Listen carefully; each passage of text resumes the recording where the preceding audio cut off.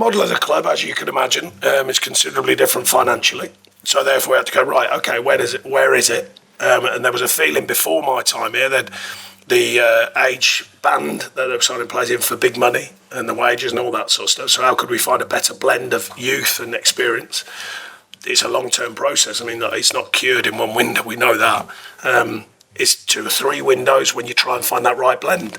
You do need experience. You do need the older players to stand up and be counted, and kind of impress upon the younger players how important some of the details are.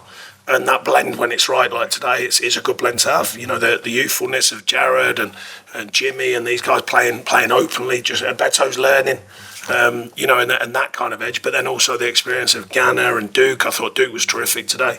Tarky with his know-how around the Premier League. Jordan, of course, you know. And kind of reminding themselves of that right blend. It's not always a perfect thing. Obviously, everyone's looking for the blend, of course. But it's not easy to find the right blend. And then you go into performances and you've got to win games. You know, we talk about the market, we talk about the right blend of players and all the rest of it, like we all do, we all debate it. But you've got to win games. You've got to win games, whatever you do. I'd never lose sight of that.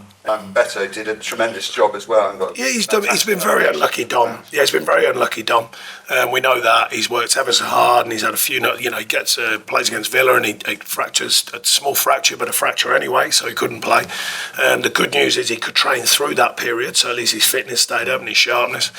The idea of Beto coming in as well, it releases some of the noise, because all I've ever heard since I got it really is about Dom, and that kind of release it. And then Beto, like I say, he's doing a good job. He's learning, he's adapting to what we are, adapting to the Premier League, and it just gives us another weapon, you know, another different player, and probably relieves some of the noise about Dom. You know, everyone's suddenly talking about Beto. Dom can just go under the radar slightly more, and then hopefully continue to do like he did today, because he looked really sharp when he came on, that's for sure. So it's promising at the moment. Well, I mean, he's had a lot of promising moments with his injuries and stuff, so I don't overegg it. Just give him a bit of time and hopefully maintain his fitness and, you know, stay out there for longer and play for longer. Yeah, well, I said at the beginning of the season, he missed a couple of weeks in pre-season, which would have been valuable for us, because you're trying to get to know a player. You know, through a screen you see him, but it's not the same.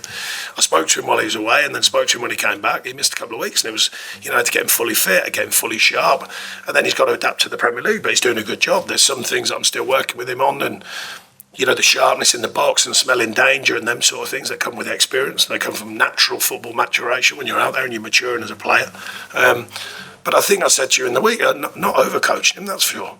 Let him learn, you know, let him learn on the job. I'm a big believer in that. You learn from actually doing it, and then we prompt and we push and we show some analysis. But you're learning from what you're doing, and he's doing a good job. He's got a very strong centre half, in my opinion, next to him with Tarky. And Miko, I thought, was very good today. You know, he's coming back to full fitness, full sharpness. Youngie, very experienced player. Another one very strong today. You know, so that rubbing off, like we were just saying, that rubbing off of them older guys playing next to these younger guys, and hopefully that development, Pastor said, development while you're winning. You've got to win. You've got to win.